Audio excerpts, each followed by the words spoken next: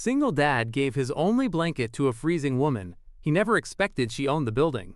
The rain came down in relentless sheets, turning the sidewalks of Manhattan into mirrors that rippled with every passing step. Neon lights bled into the puddles, red, green, yellow, like the city was trying to paint over the loneliness with color.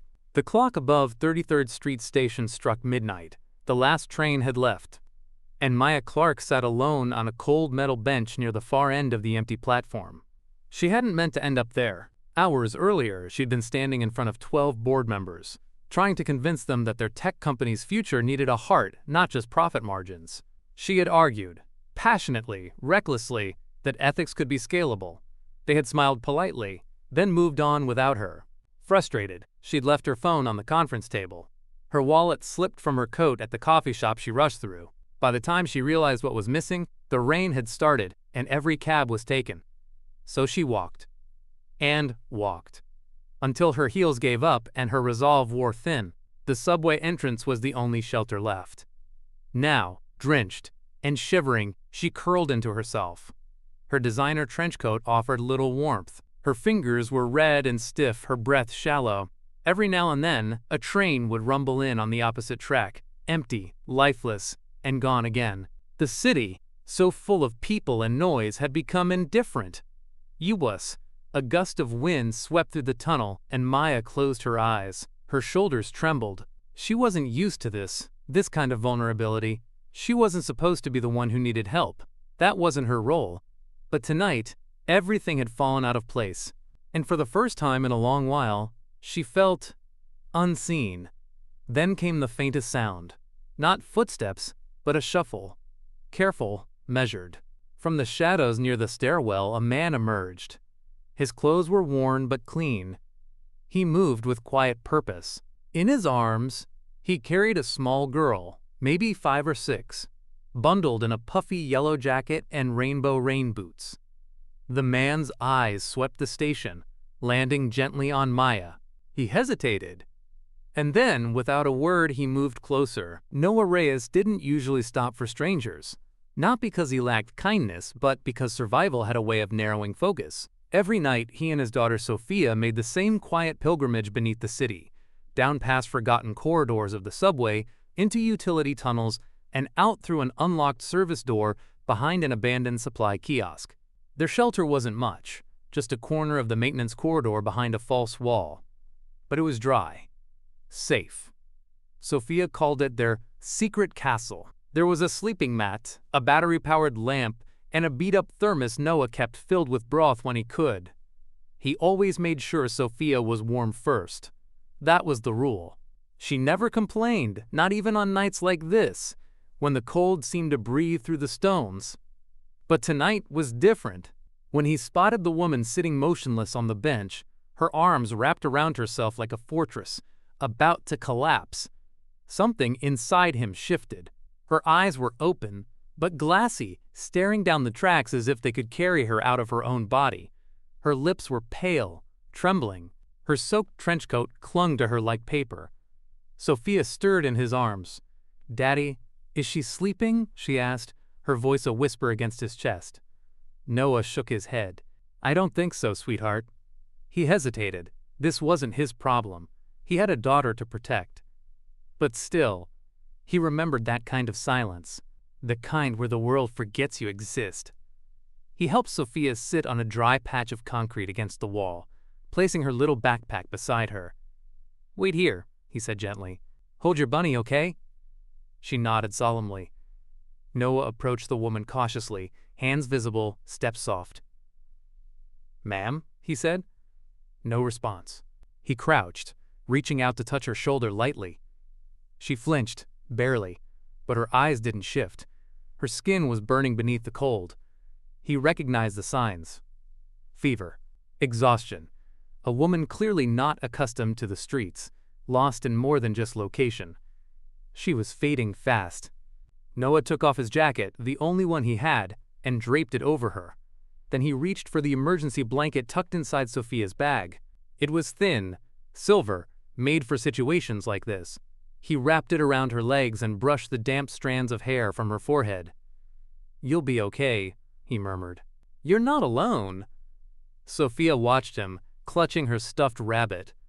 Noah looked down the tunnel, but there was no one, no trains, no time. He pulled out his burner phone, the kind no one could trace or recharge easily, and dialed 911. "There's a woman," he told the dispatcher. "She's freezing. She's sick. We're at 33rd Street Station. Please, hurry." He stayed beside her as the minutes passed, adjusting the blanket, checking her breathing, whispering quiet reassurances. Sophia crawled over and leaned against his side, her small body radiating warmth. "We'll be okay," Noah told both of them. "We always are." He had no idea who the woman was, no clue that she owned half the block above them, that she sat on the board of the company that once turned him away because he didn't have an address. All he knew was that she was cold, and he remembered what it was like when no one cared enough to notice. The paramedics arrived 12 minutes later, but for Noah, it felt like a lifetime. The woman still hadn't spoken a word. Her breathing had slowed, too shallow for comfort, her eyelashes heavy with melted snow. She was slipping further away. The train station lit up in red and blue as the medics hurried down the stairs with their gear. Noah stood quickly, stepping aside, lifting Sophia into his arms as the team surrounded the woman. One of them checked her pulse. Another placed a warming blanket over the emergency foil he had given her. There was movement, commands, rapid words like borderline hypothermia and possible infection. A younger EMT, freckled, maybe barely 22, looked at Noah and asked, "Did you call this in?" He nodded once. "She wouldn't have made it through the night," the medic said, not unkindly. "You probably saved her life." Noah didn't reply. He only looked down at Sophia, who was watching the scene with wide eyes, her fingers gripping the collar of his hoodie. She was cold, she whispered, like it was the only thing she understood. One of the medics paused, looking between Noah and the woman on the gurney. "What's her name?" He shook his head. "I don't know. She didn't say anything?" "No." There was a beat of silence before the medic held out a clipboard. "You a relative? Witness? Want to leave contact info in case?" Noah looked at the pen but didn't take it. "I don't have an address," he said quietly. "No phone that works for long." The medic nodded like he understood, then paused again. "She might want to know who helped her, if she makes it through." Noah reached into his pocket and pulled out a folded scrap of notepad paper. He scribbled 2 sentences, quickly, without thinking, in his uneven left-handed script. It wasn't a name, just a line he had once said to himself on his darkest night. "Don't forget to breathe. Rest." He handed the paper to the medic.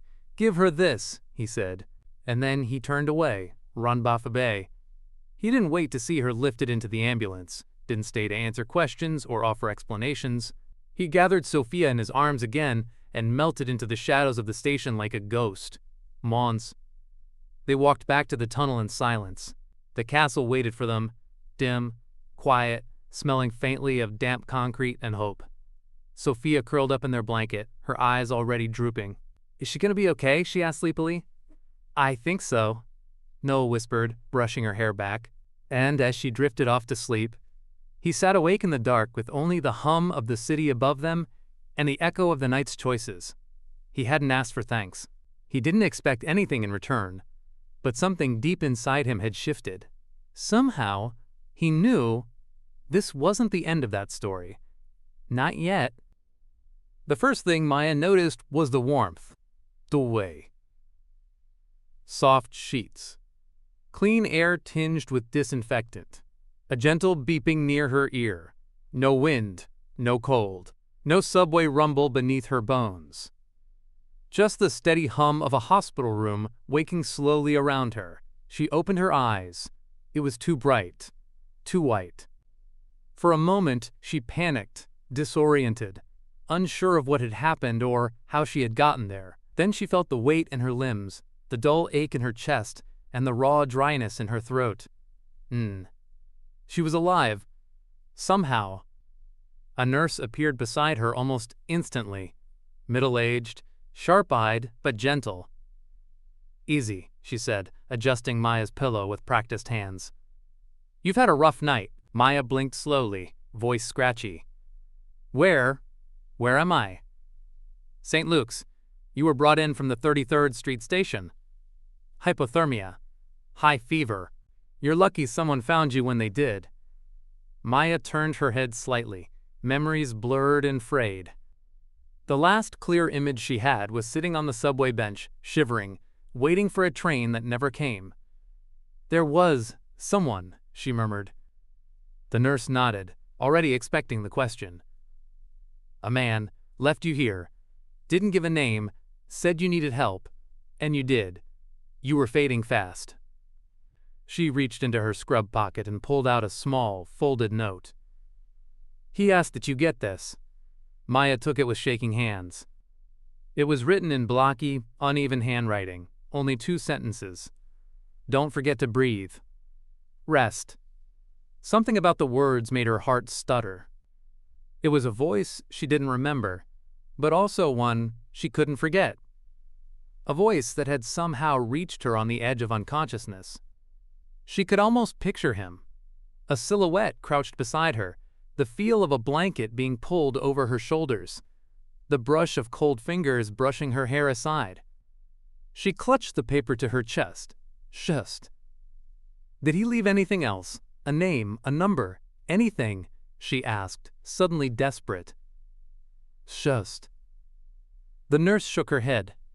Sorry, he came through the side ambulance entrance, flagged a paramedic, and vanished before anyone could stop him. Just gone. Maya closed her eyes. Gone. She didn't know who he was, or why he had helped her. He hadn't taken her phone, her purse, or whatever valuables might have been left. He hadn't asked her name. He hadn't even waited long enough for a thank you. She had spent years in boardrooms full of people who knew her resume but not her soul. Yet a stranger, someone nameless, faceless, had saved her life in the most human way possible. She lay back against the pillows, heart racing now for an entirely different reason. That note burned against her palm. Isiti. There was no logic in what she did next. He. She asked the nurse if anyone had turned in a phone or wallet from the scene. No. She requested to be discharged as soon as possible, against the usual recommendation. With antibiotics and a warning to rest, Maya stepped back out into the city, wearing hospital-issued sweats, a borrowed coat, and a storm of questions in her mind. But one thing was certain. Sidsmin Wak Te. She wasn't going back to her life just yet. Sidsmin Wak Te, she had to find the man who reminded her that people still cared, that strangers still saved strangers. Sidsmin bin Wakt. That somewhere out there in the subway shadows, someone had quietly believed she was worth saving. The city hadn't changed, but she had. Maya stood outside the 33rd Street station 2 nights later, the rain gentler now, more like a whisper than a threat. She wore a borrowed coat, a wool hat pulled low, and a scarf wrapped around her mouth, but none of it kept out the gnawing cold that came from within. Not since that night. Not since him. She held the note in her gloved hand like it might still pulse with the warmth of his fingertips. 1. Don't forget to breathe. Rest. It didn't give her anything concrete. No name. No initials. Just care. Quiet, uncomplicated care. And that was what made it unforgettable. She retraced her steps. The bench was still there. Empty. The grime-streaked floor still echoed with the shuffle of tired feet. Across the tracks, the shadows clung to the tiled walls, like memories too shy to speak. She sat, closing her eyes, willing herself to remember something. His voice, his face, even the sound of his footsteps. But all she could see was kindness without form. A silhouette that had knelt beside her and given more than anyone else had that week, that month, maybe her entire year. She visited the security office next, requesting footage, but was told the cameras on that platform had been malfunctioning for months. Convenient. Typical. So she widened the search. Class. Food banks. Outreach shelters. Makeshift churches tucked into forgotten buildings. Maya wandered places she would have never set foot in before. Places not part of her company's development maps or boardroom strategy sessions. She learned to ask questions carefully. Have you seen a man? Latino, mid-30s maybe. With a little girl, 5 or 6. He might have come in for food or warmth. Sometimes, she added, he might carry a stuffed bunny, but the answers were always the same. Headshakes, polite shrugs, apologetic eyes. No one had seen him. At least, no one was saying. And yet, Maya couldn't shake the feeling that she was getting close. Not in geography, but in spirit. She found herself lingering longer at one site. A partially condemned building her company had purchased 6 months ago for future conversion into luxury condos. It stood silent now, waiting for permits, untouched by progress. A building with a side entrance that led to old maintenance tunnels, some of which connected to the subway grid. She stared at it from the sidewalk one night, rain pooling in her shoes, heart hammering. Her keycard still worked, of course it did. Inside, it smelled of wet concrete and time. The lights barely worked. She descended a flight of rusted stairs slowly, her breath echoing ahead of her like a warning, or maybe an invitation. And then she saw it. A crate stacked neatly with supplies. A child's crayon drawing tape to a support beam. A folded blanket near a dim camping lantern. And in the far corner, the faint sound of a child's cough. She froze. A man stood hunched over a little girl, bundled in a sleeping bag, whispering softly in Spanish, damp towel in one hand, worry carved into his shoulders. Her voice broke without permission. "It's you." Noah turned, startled. His body instinctively moved between Maya and the child. Protective, unapologetic, fierce. They stared at each other for a long moment. Recognition flickered in his eyes like a match catching flame. "You," he said quietly. Maya took a slow step forward, heart in her throat. "Your daughter, she's sick." He didn't reply, but the way his hand hovered near the girl's flushed forehead said enough. "I'm taking you both to the hospital," she said, no hesitation. He started to shake his head. "You don't have to." She cut him off with a look. "I owe you." And just like that, the silence between them gave way to movement, to urgency, to something neither of them could quite name, but both had felt since that frozen night on the platform. Maya led the way, and Noah followed. Not as a stranger this time, but as someone remembered. The air in the hospital waiting room was overly bright and sterile, but for Noah it felt like standing at the edge of a cliff holding his breath. He sat hunched on a hard plastic chair, hands clasped tightly between his knees, his hoodie still damp from the rain. Beside him, Maya hadn't said much since they arrived. Just moved with precision, speaking with the nurse at the intake desk, answering questions calmly, filling out paperwork he couldn't have completed without an address or ID. She didn't flinch when they asked about the child. She said, "He's her father. The girl is Sophia," and no one questioned her. Now, Sophia was in the back, behind a pale blue curtain, hooked up to IV fluids, a nurse checking her vitals. Her fever had spiked dangerously, 102.7, and her breathing had begun to hitch before they got through the ER doors. "She's stable," the doctor had said. "Some respiratory inflammation. Could be early pneumonia, but you brought her in just in time." Noah hadn't breathed properly since. Maya sat quietly beside him, her coat folded on her lap, her eyes distant but steady. 20 minutes ago, they had been two people bound by a single night in a subway station. Now they were tethered by something else entirely. A child, an act of mercy returned, a moment neither had expected to ever happen again. Noah rubbed his face with both hands. "Thank you," he said, voice low. Maya turned her head slightly. "You don't have to." "I do." He looked at her now, really looked. She didn't look like someone from his world. Her nails were clean. Her shoes cost more than a month of rent. But there was something behind her eyes. Tired, but unwavering.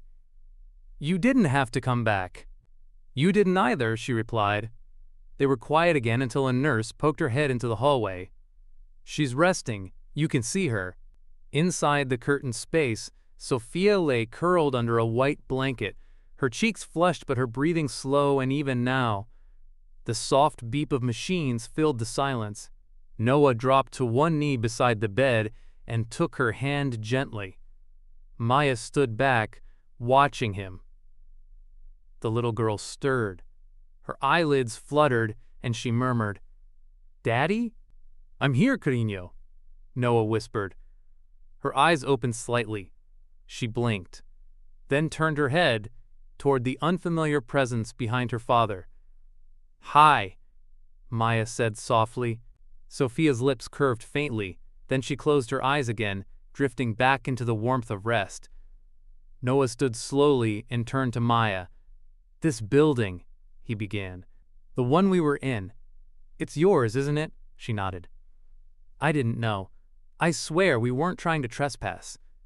"You weren't," she said. "You were surviving."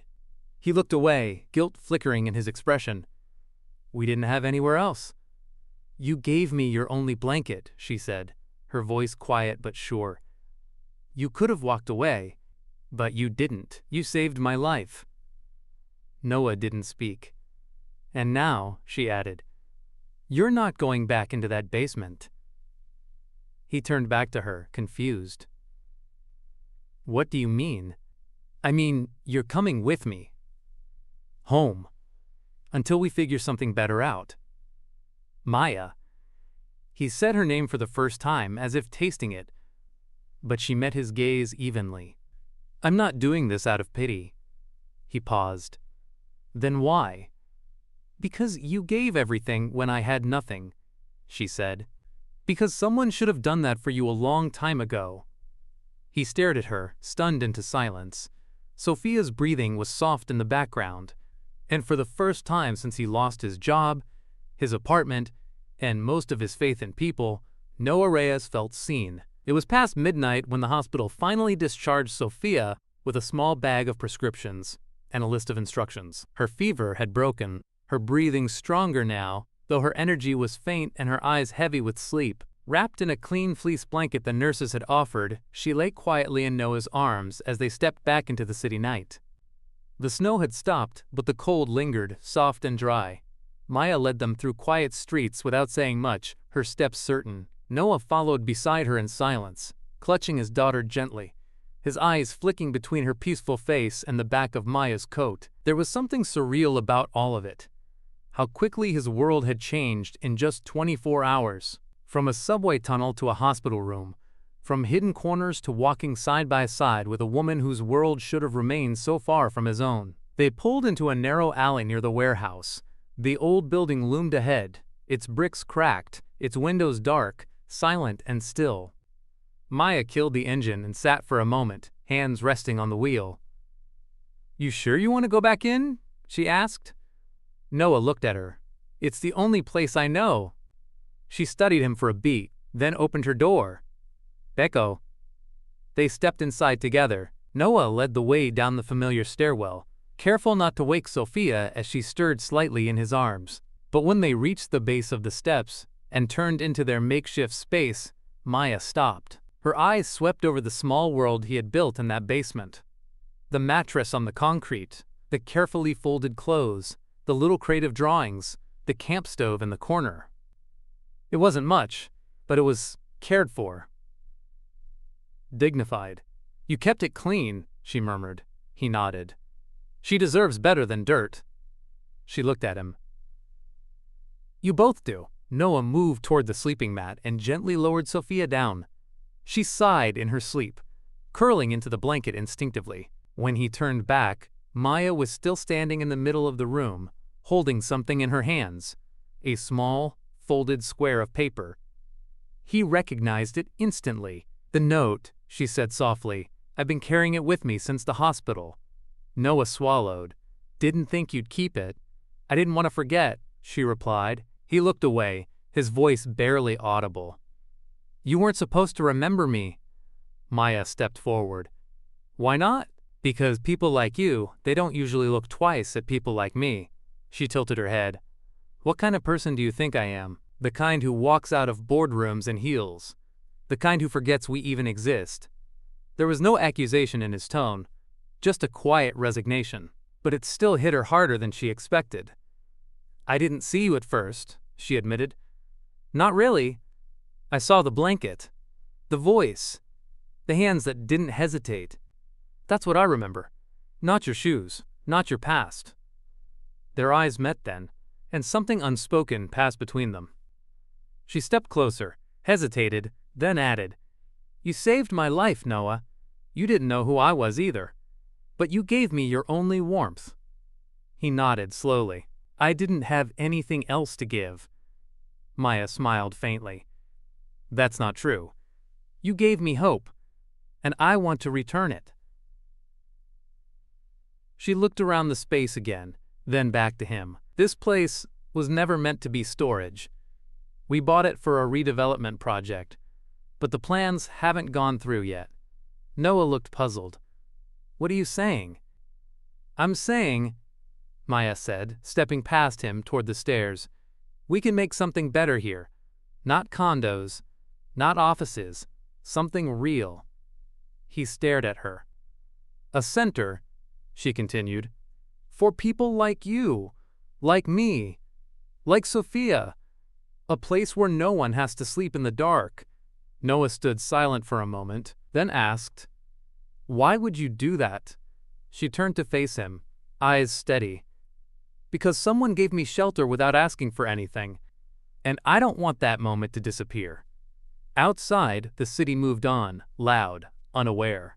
But in that quiet basement beneath the tracks, two people stood between past and future, surrounded by cardboard walls, a sleeping child, and the echo of one night that changed everything. The next morning, the basement looked different. Not because the walls had changed or the light had gotten any brighter, but because they had changed. Noah stood at the edge of the concrete floor, holding a borrowed broom and surveying the room like a builder about to break ground. Behind him, Sophia colored on a flattened cardboard box, her small hands steady, tongue poking from the corner of her mouth in focused concentration. Across the room, Maya crouched by a half-broken shelf, sorting through boxes that had been left behind when the building was abandoned. Old wiring diagrams, rusted nails, a cracked mirror that she set aside to repair later. Neither of them had said it out loud yet, but they both knew. Wiring to Fraus, it was starting. Wiring to Frauskiel. Wiring to Fraus.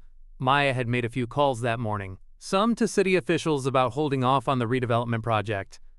Others to local nonprofits she had once funded from a distance but never truly joined.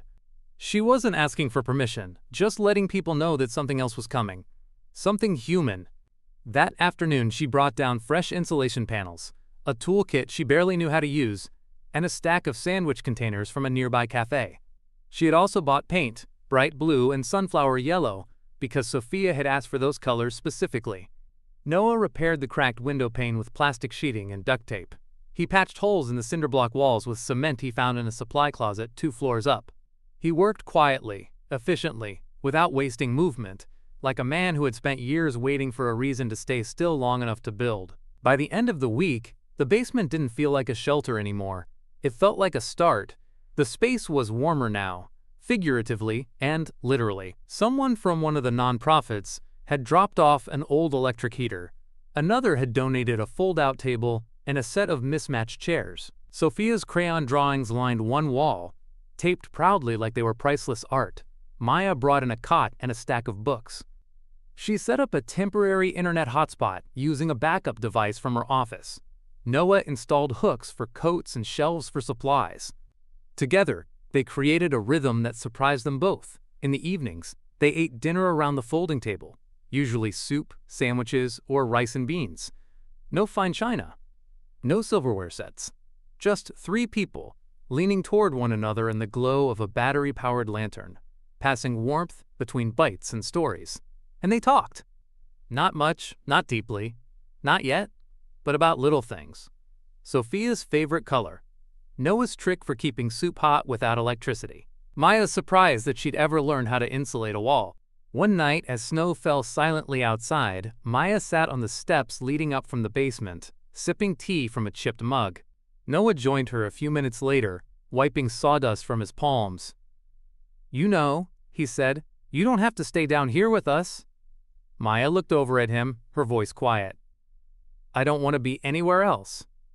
He didn't argue. They sat in silence for a while, listening to the soft hum of the heater and the distant sound of Sophia humming in her sleep. The space around them wasn't beautiful. Not yet. But it was safe. It was theirs. Hava tea, and that made all the difference. T mediati secum 5. By the second week, the whispers had started. Maya's absence from the boardroom hadn't gone unnoticed. Emails multiplied. Missed calls. Then came the meetings, stern, clipped messages from people who had once applauded her leadership but were now concerned. It came to a head on a Tuesday morning. Maya stood at the head of a long, glass conference table, back in her office for the first time in weeks. She wore a tailored navy blazer, but beneath it was the same shirt she'd worn while patching drywall just 2 nights earlier. It still smelled faintly of sawdust and paint. 7 board members sat across from her, men and women who had voted with her, against her, and around her for years. Their expressions were unreadable, polished, corporate. One of them, Mr. Fenton, slid a copy of the Times across the table, on the front page of the local section. From boardroom to basement, developer turns abandoned site into community center. The photo showed Maya outside the warehouse, flanked by Noah and Sophia. The banner above them read, "The Haven Project." "You've been using company-owned property for charity," he said, not bothering to mask his disdain, without a formal vote. "I filed temporary permits," Maya replied evenly. "I paid the operational costs myself." Another board member leaned forward. "You named a man with no formal qualifications as a co-director. He helped build it. He lives it." "And what exactly is your relationship with him?" another asked. Maya's jaw tightened. "He's a father of a child who was sick, and he's someone who saved my life. They didn't know what to do with that, so they fell back on structure." "Investors are skittish," Fenton continued. "They want stability. You've been unpredictable." "And compassionate," Maya added, her tone calm but rising. "That used to matter." A different board member spoke up now, a woman who had once mentored her. "This isn't about ethics. It's about optics. And right now, the optics are messy." Silence settled over the room. Maya folded her hands on the table. "So what are you asking?" The chair of the board leaned in with a rehearsed expression of regret. "We think it would be best if you take an extended leave. Step aside. Let us manage the transition." It was a polite coup, a soft exile. Maya nodded once, then slowly stood. She gathered her folder, picked up the same article they had just used to shame her, and tucked it under her arm. "I'll step down," she said, voice steady. "But not to refocus. I'm stepping down because I made a promise." They watched, confused. "I promised a little girl that she would be safe. And I promised her father I wouldn't forget what it means to be seen." She looked them each in the eye. "You want someone who makes rich men richer. I want to be someone who makes anyone's life better." She pushed her chair back, straightened her blazer, and walked toward the door. "And between the two," she said as she paused, "I choose them." The door clicked shut behind her, leaving a room full of power and silence in her wake. By the time Maya stepped back into the warehouse that afternoon, the air inside felt entirely different, not just from the boardroom, but from the person she used to be. The heater hummed low near the entry.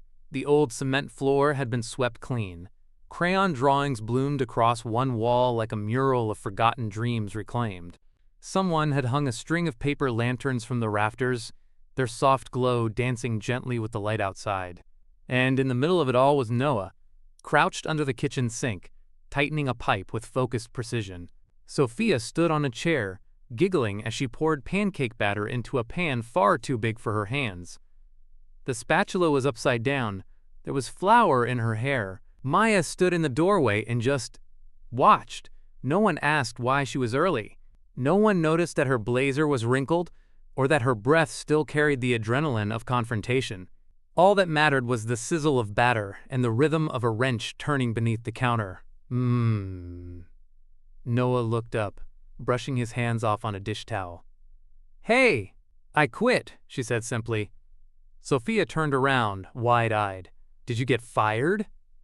Maya laughed for the first time in what felt like days. "Kind of."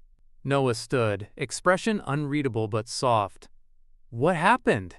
She opened a drawer beside the fridge and carefully placed the newspaper article inside. "The world noticed," she said, "and they didn't like it." "I'm sorry," Noah said quietly. "Don't be," she replied. "I'm not." He studied her for a long moment. "Are you sure?" She met his gaze, steady as ever. "I chose this. I chose us."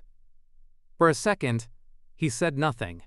Then, with a small smirk, he muttered, "You're kind of a terrible businesswoman." Maya smiled. "Maybe, but I think I'm getting better at being a person." That night, the three of them sat at a handmade table, just plywood over 2 crates, sharing slightly burnt pancakes and a jug of maple syrup someone had donated the day before. They didn't talk about the boardroom, or press releases, or investors. Poodoo. They talked about lanterns. Sophia wanted to hang more, one for every kind person who had ever given her a smile. Maya promised to help. And Noah, watching them both from across the table, realized something he hadn't dared admit before. Unfab ben in ben, unfaba blarisog. This wasn't temporary. Man Kaima's rescue. Unfab blare in ben, this was belonging virusog. Man Kaima's bra blare. Man Kaima's bra blare. The night air had turned crisp again, wrapping the city in a cool hush as snow drifted gently across the warehouse windows. Inside, the world was warm and full of color. The reading nook had become Sophia's favorite place. Maya had filled it with cushions and bean bags, mismatched but soft, with fairy lights strung across the ceiling. A tall bookshelf stood against the far wall, donated, repainted, and now overflowing with stories. Sophia lay curled up on a beanbag, her small feet poking out from under a fleece blanket covered in cartoon stars. She clutched her favorite stuffed rabbit, its ears frayed with love, and mumbled along as Maya read softly from a picture book. Across the room, Noah stood on a stepladder, fixing a light fixture near the front entrance. A local teenager strummed an acoustic guitar nearby, the gentle chords weaving through the air like background breath. The warehouse didn't feel like a project anymore. It felt like a home. Maya turned the page of the book, voice low, steady. Sophia yawned, her eyelids heavy, her words slurring together. And then she said it, so softly Maya almost missed it. "Night, Mom." Maya froze. For a moment, everything else, the music, the soft murmur of pipes, the quiet laughter from the hallway, disappeared. She looked down at the little girl nestled beside her, now half asleep, one hand curled into Maya's sleeve.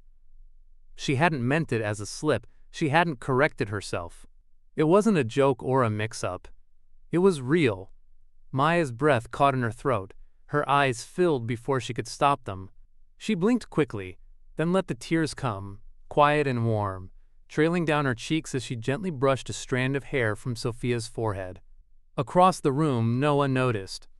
He was beside her in seconds, silent, crouching low, his hand resting gently over hers. He didn't ask what happened. He didn't need to. Heitzi.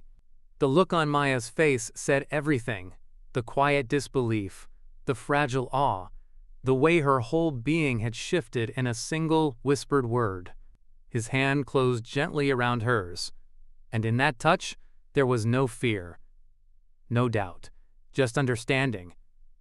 Yipamaif, that she didn't need to earn this, that she didn't need to prove anything, that love had found her, in a subway, in a basement, in a child's voice calling her something she'd never dared imagine she could be. Mom. Nah, Boz. She squeezed Noah's hand, and he squeezed back. Knob.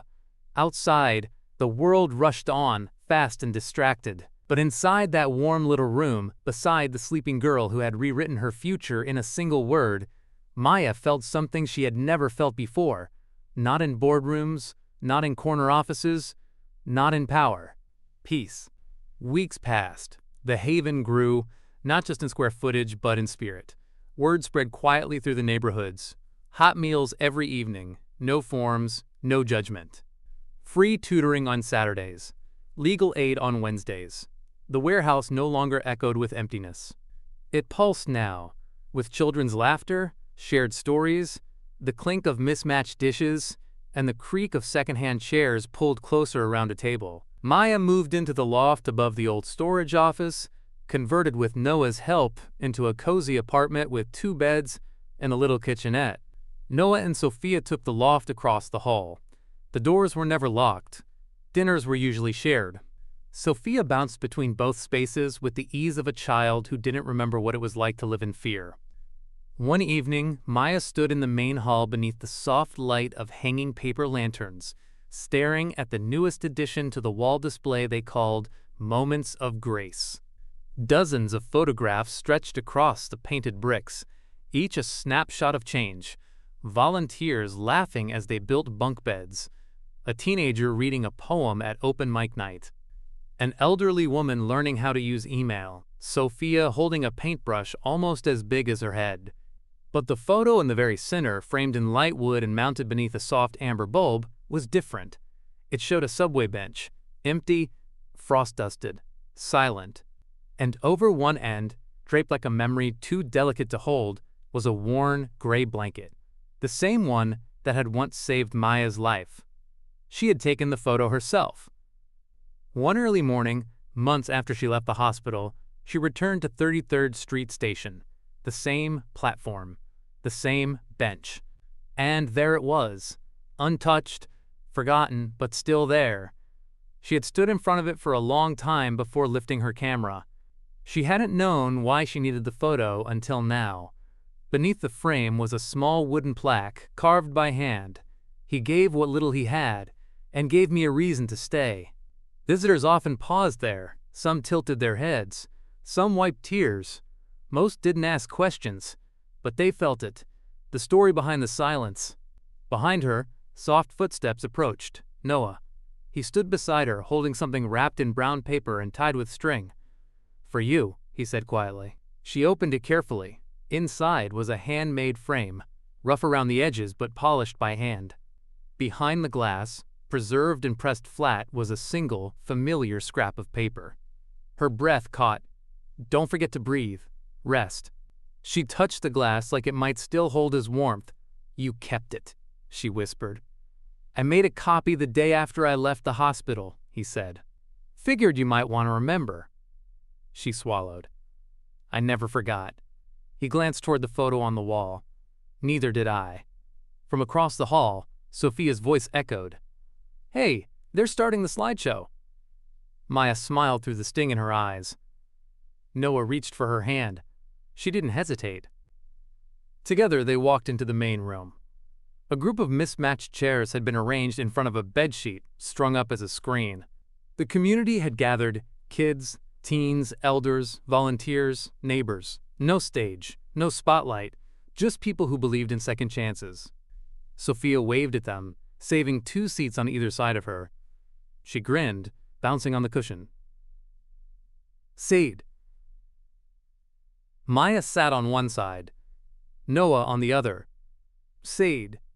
As the slideshow began, flickering images of painted walls, first meals, gentle triumphs, Sophia leaned into Maya's side and rested her head against her. And Maya didn't move.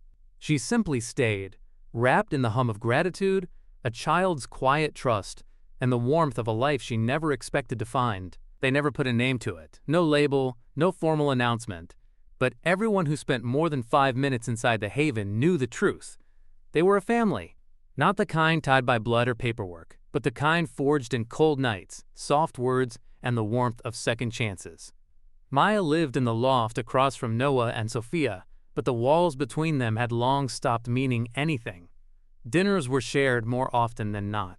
So were chores, stories, and grocery runs. Sophia's drawings appeared on both their fridges.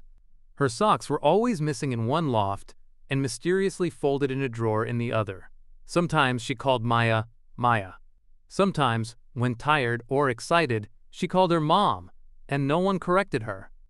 Volunteers noticed the way Maya's hand lingered on Noah's shoulder as she passed him a power drill, or how Noah instinctively stepped between her and any raised voice. Even if the threat was just a delivery mix-up, no one asked questions. They didn't need to. It was in the way Sophia curled up between them during movie nights on the big couch in the community room, one hand in each of theirs. It was in the way Noah started cooking enough stew for 3 without thinking.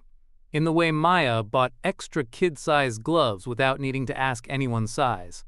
One evening, after an especially long day of repairs, Maya stood barefoot in the newly renovated kitchen, stirring a pot of lentils.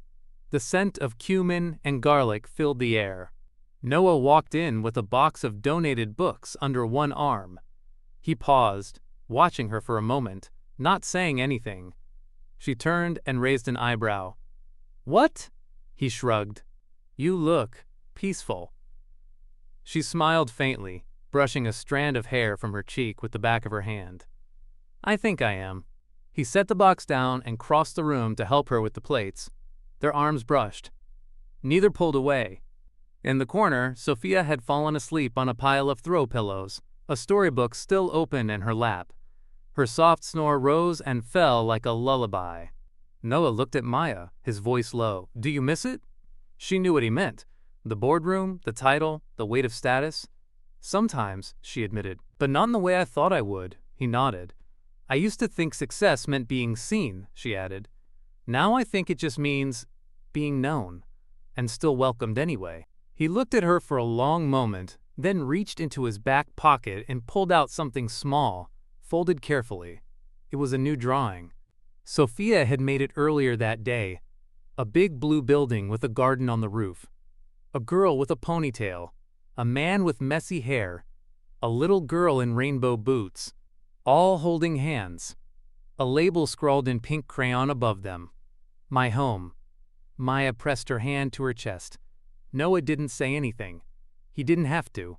Outside, the city buzzed and blinked and burned with its usual noise. But inside the warehouse, with mismatched furniture, patched walls, and a child snoring beneath fairy lights, a woman who had once believed her future was in corner offices and hard floors now knew better. She hadn't lost her old life. She had traded it. For this. For a little girl who called her mom without hesitation. For a man who gave his only blanket to a stranger in the dark. For a family, quiet, unexpected, and entirely her own. The first time he said her name like that, Maya almost didn't hear it, Recha. Not because he whispered, but because of the way he meant it. It was a quiet Tuesday evening. The Haven's main hall had just cleared out after the weekly community dinner. Volunteers washed dishes, laughter echoed down the corridors, and somewhere in the distance, someone played piano. Slow, unsure, but warm. Maya stood near the doorway of the reading room, barefoot, holding a damp dish towel, and watching Sophia giggle with 2 other kids as they built a puzzle on the floor. She didn't notice Noah behind her until he spoke. Maya, not boss, not hey, not the casual tone he used around others. This was different. It was Maya, said like something sacred, like someone worth staying for. Susly coolly she turned slowly, heart catching in her throat. He stood just a few feet away, the dim amber light catching the curve of his jaw and the tired softness in his eyes. He looked as he always did, worn hoodie, dust on his sleeves, but there was something behind his gaze now, quiet and undeniable. "What is it?" she asked, her voice careful. He didn't answer right away. He stepped forward, holding something in his hand. A folded blanket. But not just any blanket. Blood. The blanket. Blood. The gray, frayed one. The one he had given her that night on the subway platform. The one she'd insisted on returning, but he'd always said was gone. "You kept it?" she asked, stunned. "I patched it," he said softly. "Sophia wanted to use it for the reading room, but I couldn't give it up yet." She smiled, and her eyes stung a little. Noah looked at her, really looked, and then said, "I didn't know how to tell you what this place means, what you mean, so I fixed the thing that started it all." He stepped closer and gently placed the folded blanket into her hands. Maya blinked back emotion. "I don't know what to say." "You don't have to," he replied. And then, just for a moment, his hand brushed hers. Not accident, not chance. Just a touch. Barely there, but enough to tell her everything. That he saw her. That he stayed because of her. That no matter what name the world once knew her by, CEO, developer, leader, to him, She was just Maya, and that was more than enough. She looked at him with a soft smile, one hand still gripping the blanket, the other slowly sliding into his. Neither of them moved. The room buzzed quietly around them, kids playing, dishes clinking, stories unfolding. But in that moment, the world narrowed to a single name said like it was home. Maya. There were no balloons, no red ribbon, no mayor with oversized scissors or cameras flashing for headlines. And yet, the grand opening of the Haven was the most attended event the neighborhood had seen in years. Word had spread the way the best things do, not through ads, but through stories, whispered from neighbor to neighbor, shared over grocery counters, murmured across park benches. You should go. They'll feed you. No forms, no judgment. There's a room full of books, and music on Fridays. They fixed the roof with their own hands. By sunset, the warehouse was full. Children tugged at their parents' hands to show them the new mural in the back hallway. Sophia's painted trees, birds, and a sun so large it spilled into 3 rooms. Teens clustered around the job referral board, one nervously clutching a printed resume. A retired carpenter offered to build bookshelves for the classroom corner. A woman from down the street offered to host cooking lessons every other Tuesday. In the middle of it all stood Maya, no longer in heels, no longer in the background. She wore jeans and a soft blue sweater. Her sleeves were rolled up. Her hands were calloused. Her heart open. Noah stood beside her, checking the plumbing near the new water station. Volunteers asked him questions. He answered with a quiet ease. He wasn't the man from the basement anymore. Hetched. He was the backbone. Sophia twirled near the reading nook in her rainbow socks, her laughter spilling through the room like confetti. A little boy handed her a drawing of a smiling house. She traded him a peanut butter cookie and called it even. Sun. Moo. No speeches were made. Hola lay. Pang said troll bath waved. Hella mun. Hola. No banners waved. But in the kitchen, a chalkboard now hung near the window.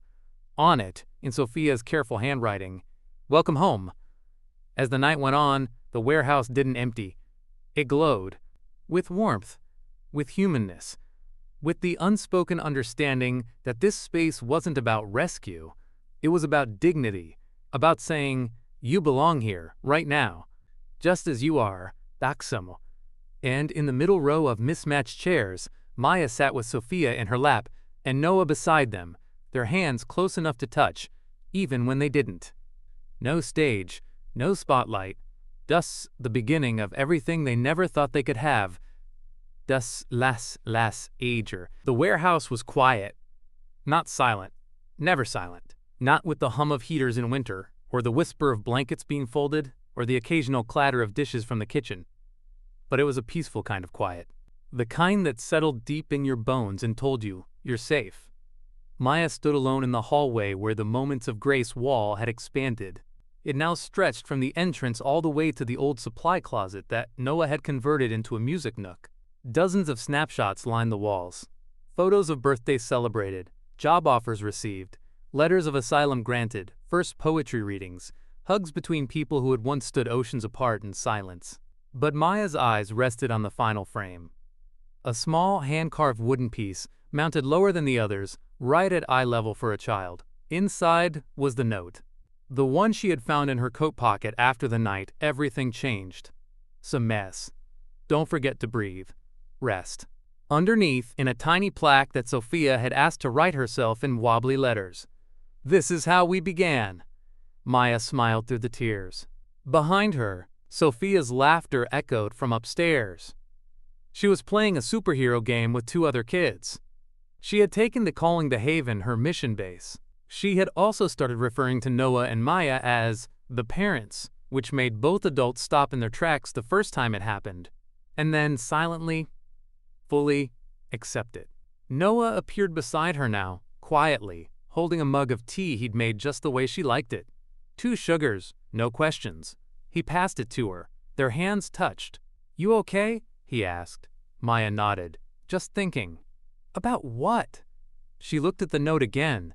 How a stranger gave me a blanket and gave me my life back. He tilted his head. You gave it back to yourself. I just reminded you it was still yours." She turned to him then. Really turned. Her eyes soft. "Sure. And you gave me something I never thought I'd have." He waited, quiet. "A home," she said. "A daughter. A reason."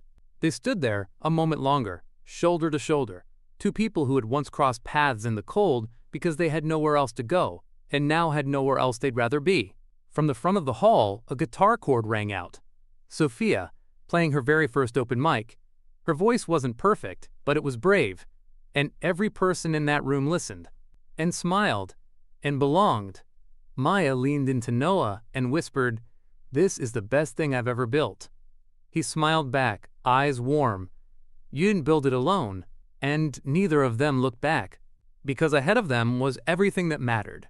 Hope, warmth, family, and the memory of one cold night, when a man gave away his only blanket and changed 3 lives forever. If this story moved you, reminded you that healing is real, or renewed your belief in second chances, we invite you to subscribe to Healing Stories.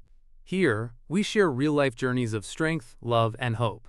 Stories that speak straight to the soul. Thank you for being here. And always remember, no matter how far you fall, there's always a way back to the light. Where are you watching from? Drop a comment below and let us know.